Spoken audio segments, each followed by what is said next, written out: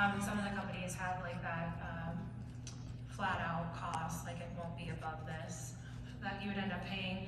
But really the lack of training and clinical guidelines, like you don't have to be an expert on pharmacogenomics, but you do need to understand what you need to understand to incorporate it into clinical practice and utilize the resources that are there. Again, these companies present them differently. I mean, I've seen a few that are literally paragraph after paragraph of explanation, and that might be too much for some people, but when it's less than that, it can also be not enough to where you're making decisions that aren't actually relevant. Again, like if you just looked at that green, yellow, red, and you're like, red, no, bad, then you potentially aren't utilizing a medication that you could. You just have to consider.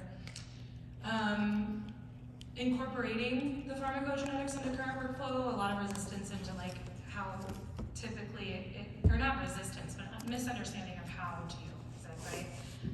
And then misinterpreting the pharmacogenetic data.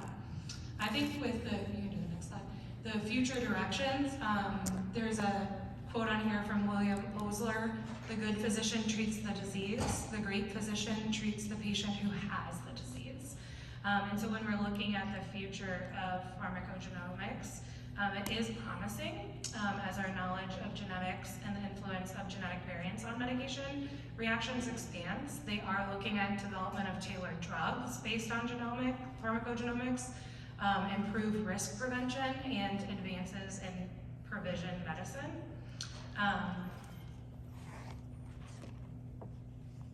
Which means that it's not going anywhere. So it is going to be something that will continue to be part of medicine. And I think as a provider, that's really the most important thing, is to stay up to date and look at how you can utilize that. When I first became a nurse practitioner, I actually attended a it was a psychopharmacology conference, and this was one of the topics, and that was about 8.5 years ago. So it's still here, it's still going to be more advanced. So learning about it, I think, is very important, and looking at all aspects of what that means as well. In summary, this can be ideal for congregate care settings to advance precision medicine. We already said it's here to stay. There's definitely a significant knowledge gap in genomic literacy, and we need to have more information surrounding that, more education on it. It's important for multidisciplinary teams to work together to understand the results of the testing and incorporate it. And we need to continue to look at that further research to make it the most beneficial to our patients. So I do think we have a couple minutes for questions before you come back up. Okay, great. Does anybody have questions? Okay, a couple things. Yeah. Your tramadol example. Mm-hmm. We see a lot of times that tramadol isn't effective. It lasts maybe 30 minutes, and the residents are coming back and asking for more pain medication. It sounds like this would be a good indication to do that, because maybe you're not getting efficacy from that drug that they need. Yep. Okay. I don't prescribe terminal, but yes, that is the same essential, but it's same the way it could react to the Very drug. widely used now Mm-hmm. in the senior population. I only prescribe psychiatric medications. Oh, okay. Yes. You guys focus on that. Yes. Let's see, what else was. I think this is fabulous. I love it, and I think that I could see it going into even personalized medicine for people at home.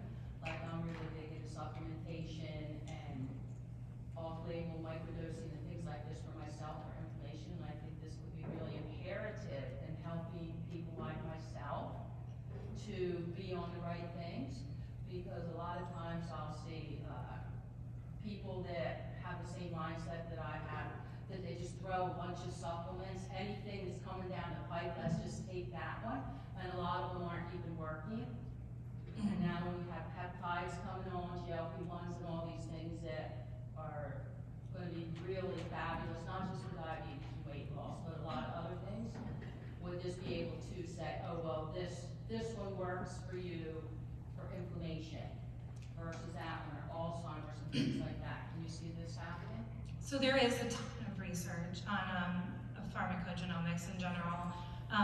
And again, I'm a psychiatric mental health nurse practitioner. Our organization only provides behavioral health services. Not to say that from a holistic standpoint, because we do treat holistically and we collaborate very effectively with primary care. So I do know some of that, but I can't give you like specific details.